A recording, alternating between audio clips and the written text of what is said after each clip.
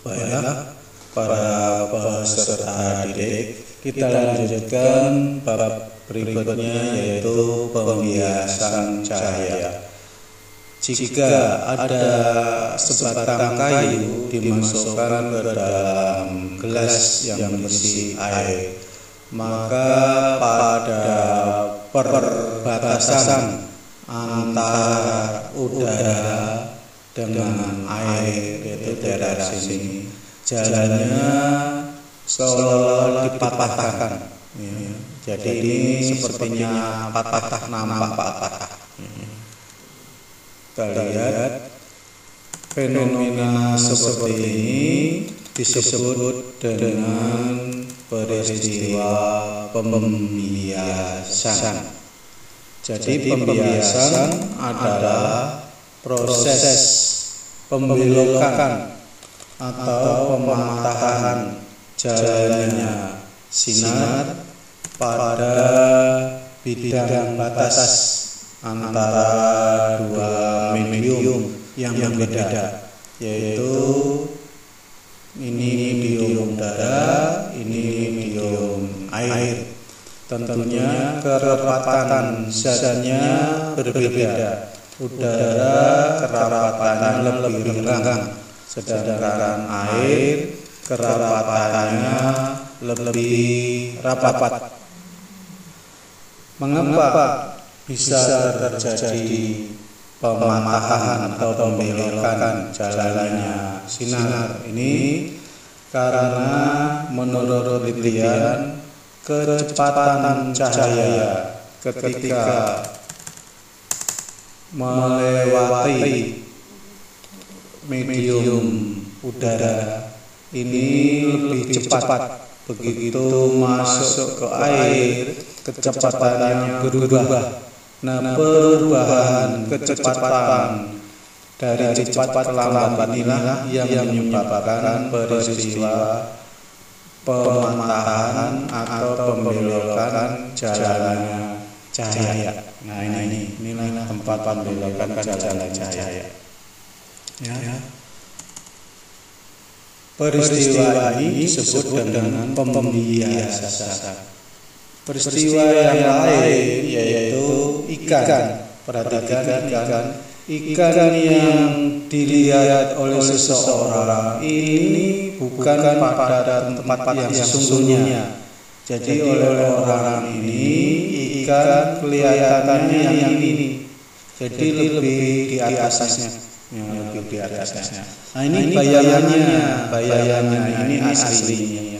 Kalau ini ditombak atau ditembak, misalkan ini senjatanya diarahkan ke sini, sampai kapanpun tidak akan kena ikannya, karena yang ditembak itu bayangannya. Jadi pada ikan yang kita lihat bukan pada tempat yang sesungguhnya. Supaya mendapatkan ikan dari menombak, maka tombaknya harus diarahkan lebih bawah, jangan diarahkan pada yang nampak oleh mata. Itu. Nah, ini contoh yang lain peristiwa pembelokan jalan cahaya. Ini kayu, kemudian di daerah sini patah, peristiwa pembiasan. Kemudian pada kaca pelang paralel, kita lihat kaca pelang paralel adalah kaca yang bentuknya persegi empat seperti batu bata. Nah, seperti ini. Kita lihat. Nah, ini namanya kaca pelang paralel dikenai sinar laser. Ada 3 sinar laser yang datang sejajar. Kalau sinar lasernya datang sejajar ini tegak lurus terhadap bidang batas, ini cahaya tidak dibelokkan, melainkan diteruskan. Jadi tidak berlaku jika cahaya datangnya tegak lurus pada bidang batas. Ini perbatasan antara medium kaca dengan medium udara. Tapi kalau sinarnya datang membentuk sudut seperti ini, kalau tadi kan tegak lurus, kalau ini dia membentuk sudut, maka jalannya akan dibelokkan seperti ini. Nah, ini harus lurus, tapi ini dibelokkan. Ya. Ini dari padat ke renggang, ini juga dibelokkan jalannya. Ya. Jadi ada dua pembiasan, satu dari medium udara yang renggang ke medium yang padat, kemudian dari medium rapat menuju ke medium yang renggang. Juga jalannya dibiaskan atau dibelokkan atau dipatahkan. Nah, kalau sudutnya semakin besar, nah sudutnya makin besar, maka sudut pembiasannya atau pembelokannya juga makin besar juga. Ya. Dan seterusnya. Nah, ini kita lihat sekarang apa yang terjadi kalau dia, nah ini tegak lurus. Kalau tegak lurus tidak dibiaskan, melainkan diteruskan. Ya. Lanjut sama dengan tadi. Jadi peristiwa pembiasan itu jika sinar datang membentuk sudut. Ya, untuk sudut. Kita cukup. Kita lanjutkan pada berikutnya. Ya, pengertian pembiasan. Pembiasan adalah peristiwa pembelokan jalannya sinar pada bidang batas antara dua medium yang berbeda kerapatannya. Jadi syaratnya melewati dua medium yang berbeda kerapatannya. Peristiwa pembiasan atau pembelokan itu terjadi pada bidang batas. Mengapa hal ini bisa terjadi? Karena kecepatan cahaya berubah ketika sampai di bidang perbatasan dua medium tersebut. Jika cahaya merambat dari medium yang renggang, kecepatannya tinggi, diberi simbol CUT, artinya kecepatan di udara, menuju ke medium yang rapat yang kecepatannya rendah. Jadi di medium rapat berubah kecepatannya melambat. Ini kencang, ini melambat. Nah, pada bidang batas jalannya dipatahkan atau dibelokkan mendekati garis normal dan sebaliknya. Nanti akan dijelaskan apa itu garis normal. Ya. Apa itu mendekati garis normal? Perbandingan kecepatan cahaya di udara diberi simbol C atau CUT dengan kecepatan cahaya di medium pada medium misalkan kaca, air diberi simbol CN, disebut indeks bias.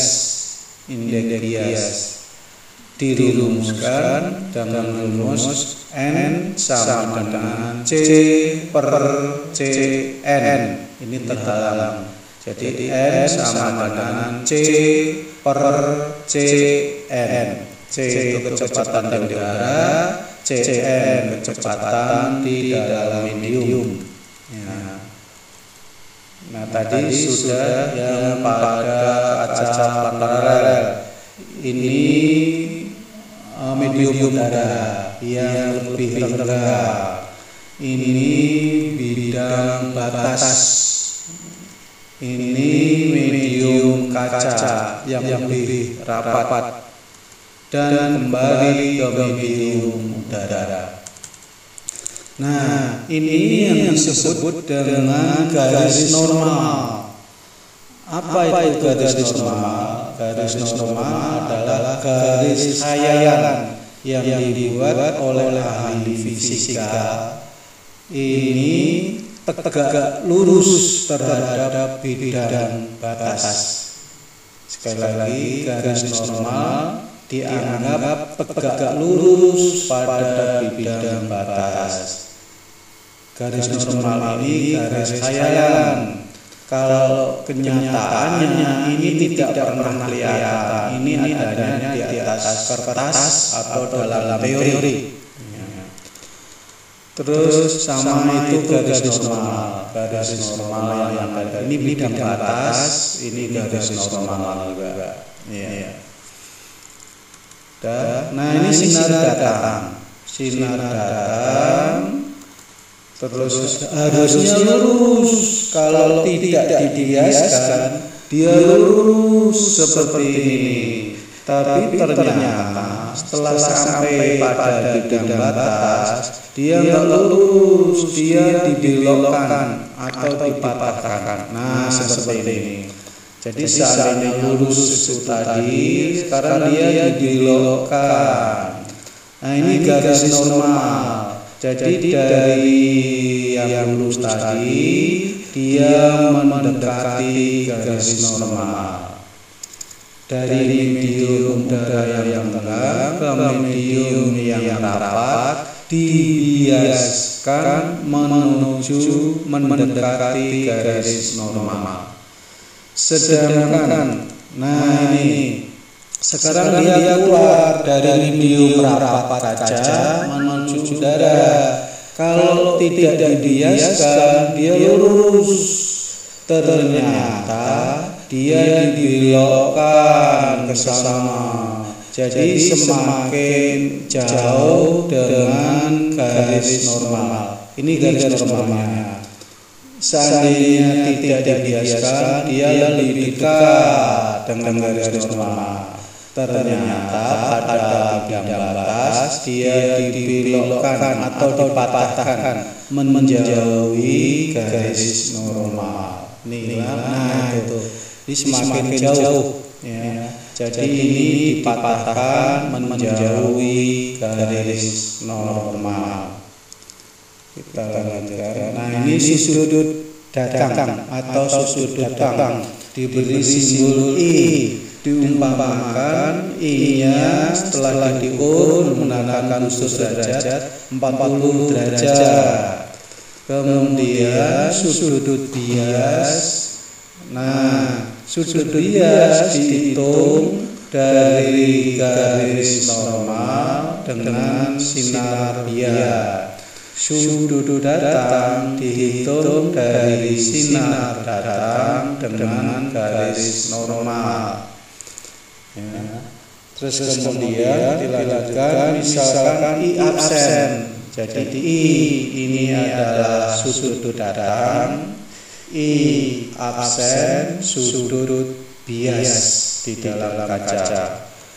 Nah, sekarang dia mau keluar. Berarti ini sudut datang diberi simbol R. Terus kemudian ketika dia sudah keluar, ini sudut bias, simbolnya R absen.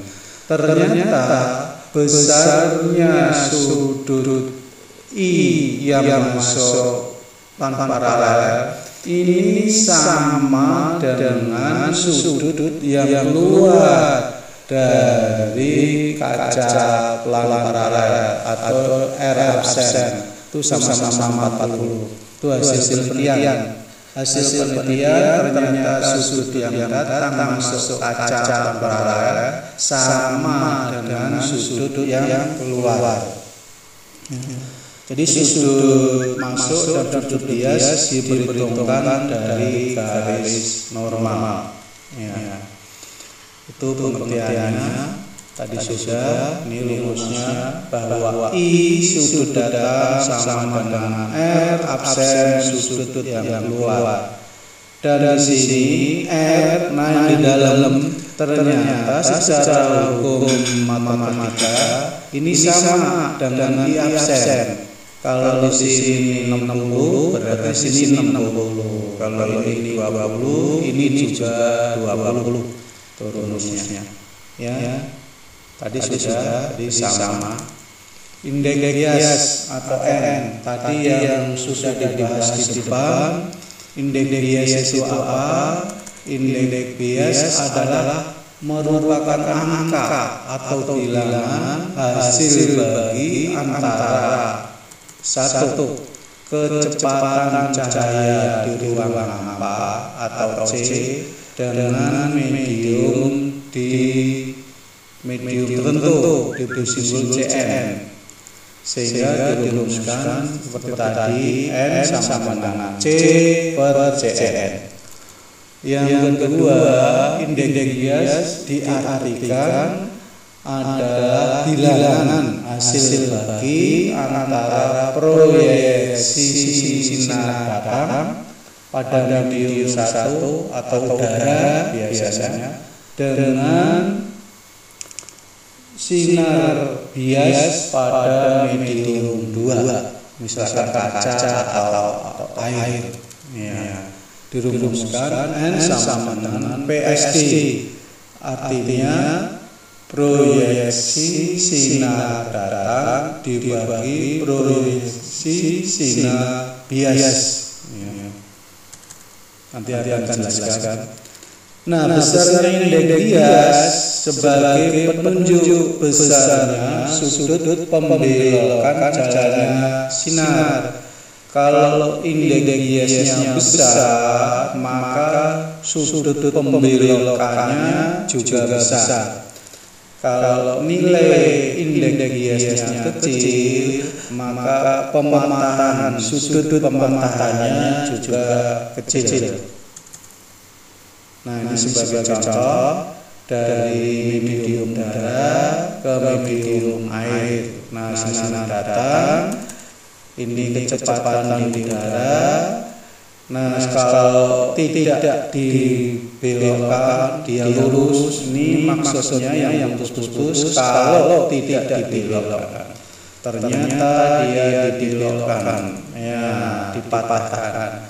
Dipatahkannya mendekati garis normal. Kalau dari renggang kepada dibiaskan atau dibelokkan mendekati garis normal. Mana yang mendekati? Maksudnya dari sini dia menuju ke garis normal.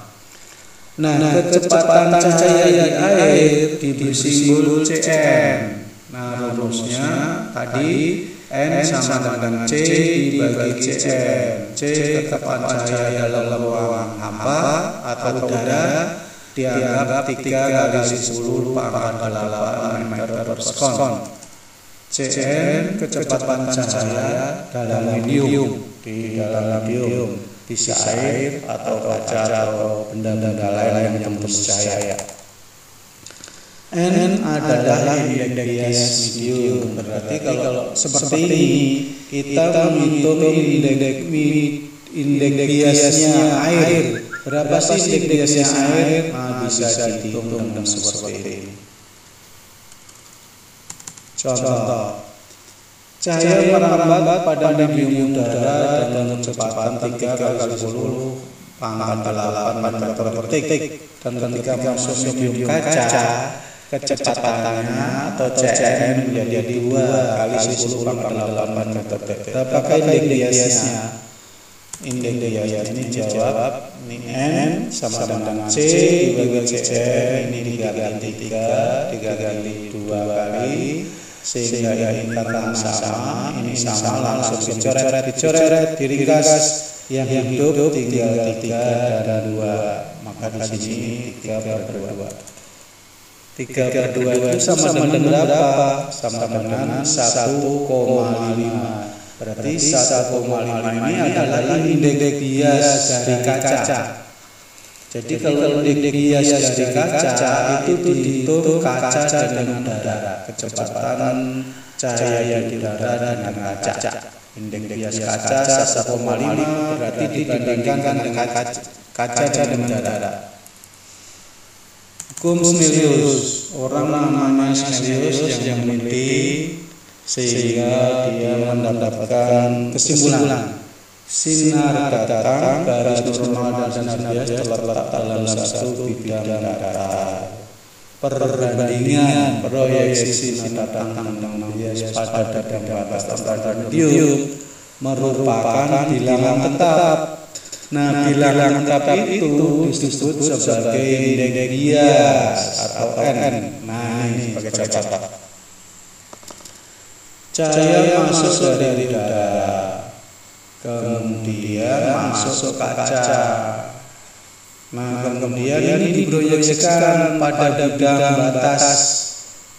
Jatuhnya di mana? Jatuhnya di absen. Ini menggunakan pertama menggunakan jangka di lingkaran, kemudian ini ada jarum di sini dilihat, kemudian dilihat di bawah kemana keluarnya, tandai lagi dengan jarum, kemudian dihubung-hubungkan, akhirnya mendapatkan gambaran seperti ini. Nah, gambaran ini TTA adalah sinar datang diproyeksikan tegak lurus menghasilkan absen yang tempat sinar bias keluar. Ini ada jarum di sini, kemudian ditarik tegak lurus ke bidang datar. Ini proyeksi dari B absen adalah proyeksi dari B.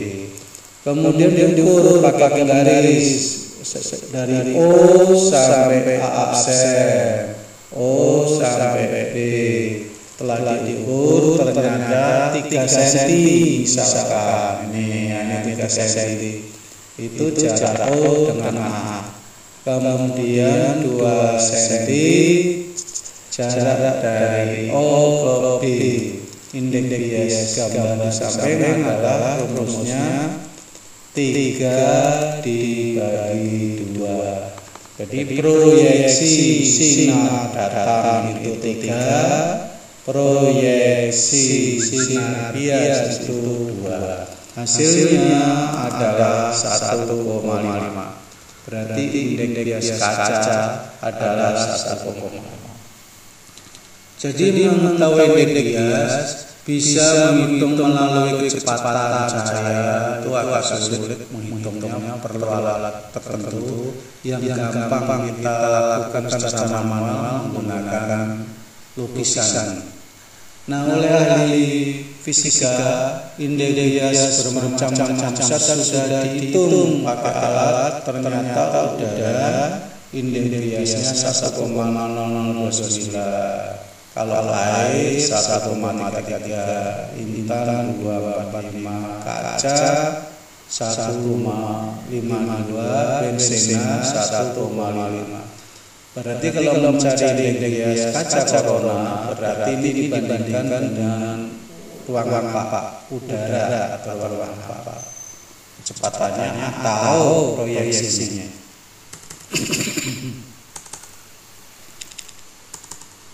Nah, ini udara dari pengamatan diperoleh bahwa pembiasan dari medium renggang udara ke rapat atau air dibiasakan mendekati normal.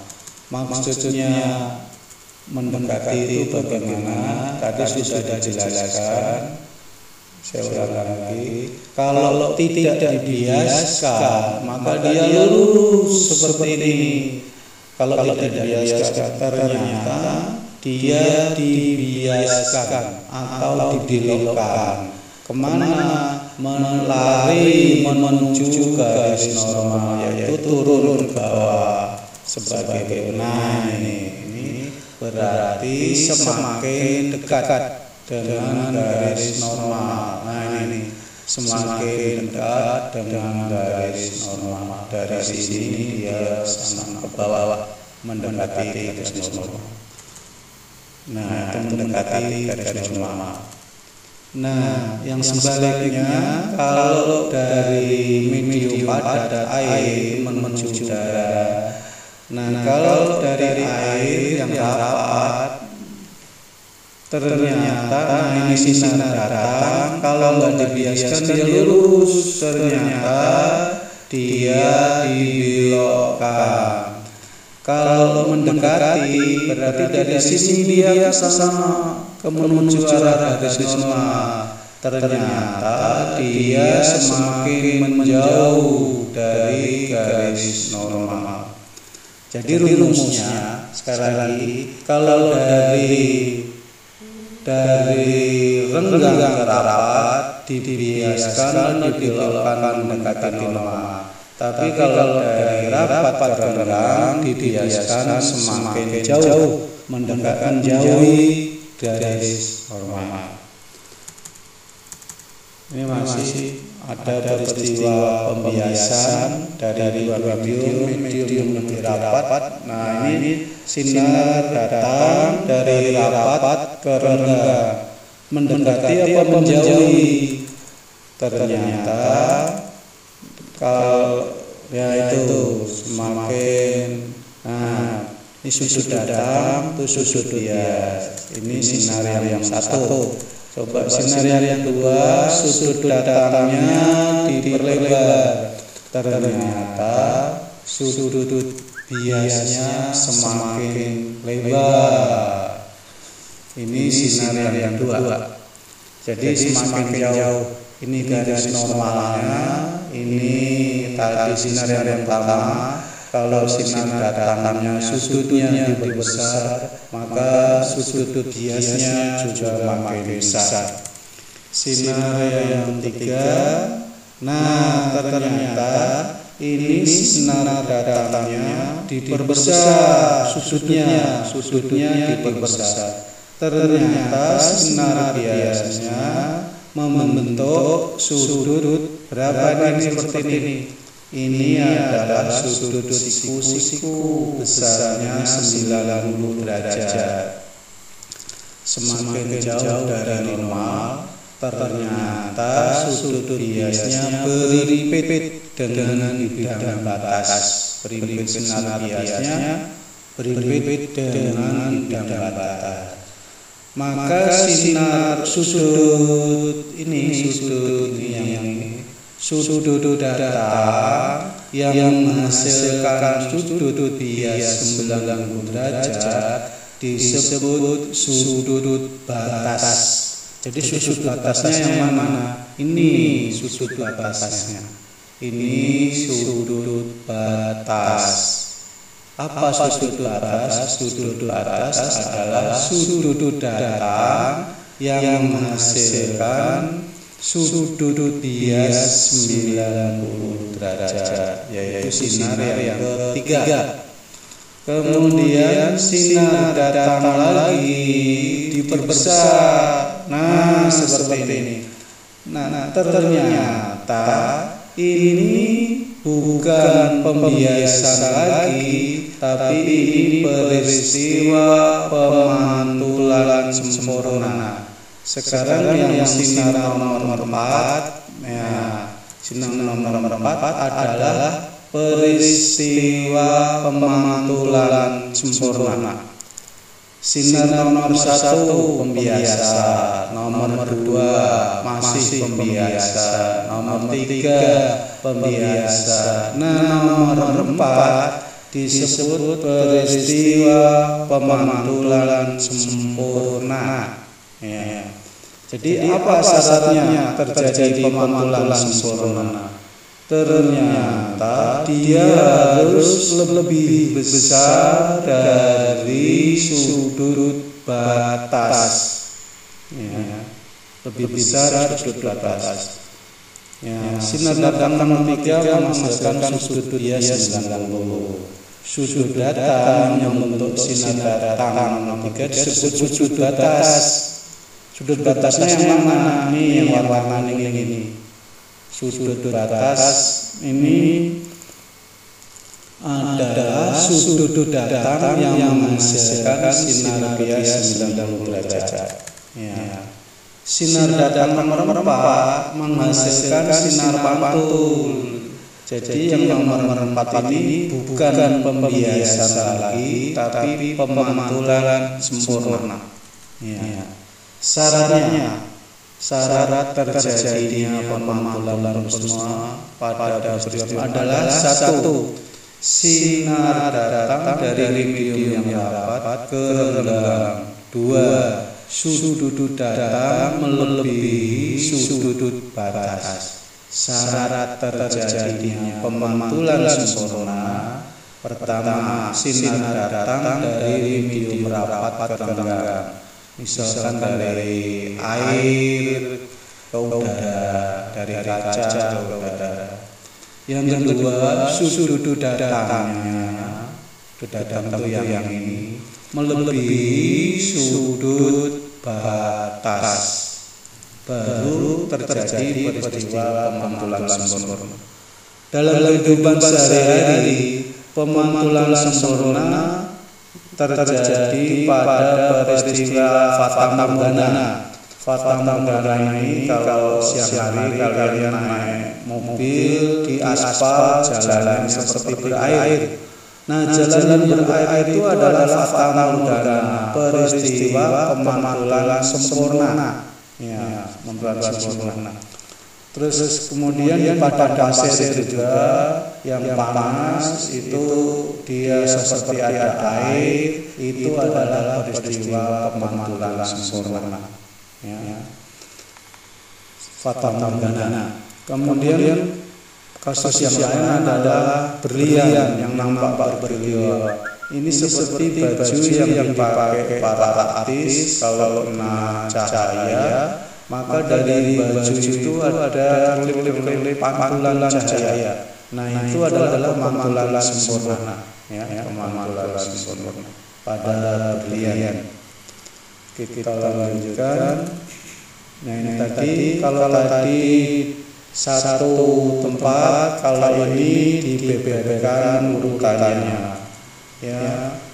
Ini urutannya sampai sudut datang, sudut batas. Sudut batasnya yang mana? Ini sudut batas. Nah, ini sudut batas karena sudut biasanya 90. Kalau peristiwa ini bukan pembiasa, tapi sudah pemantulan sempurna.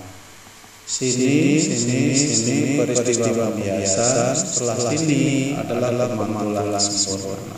Ya, datang bebas menghasilkan sinar pantul. Syarat terjadinya pemantulan sempurna tadi sudah, ya. Syarat yang lain peristiwa adanya fata morgana, kemilangan strata optik, ya. Benda gelap tembus cahaya hampir meneruskan seluruh cahaya yang lainnya, dikenal sebagai benda optik. Jadi yang dimaksud benda optik itu apa? Yaitu benda-benda yang tembus cahaya seperti plastik, seperti kaca, lensa, kacamata, kaca paralel, prisma, dan lain-lain. Pada berikutnya kita akan bahas mengenai lensa, pembiasan pada lensa. Oleh sebab itu, para siswa diharapkan untuk mempelajari bab berikutnya, yaitu mengenai lensa. Kiranya cukup sekarang. Assalamualaikum warahmatullahi wabarakatuh. Selamat siang. Sampai jumpa lagi.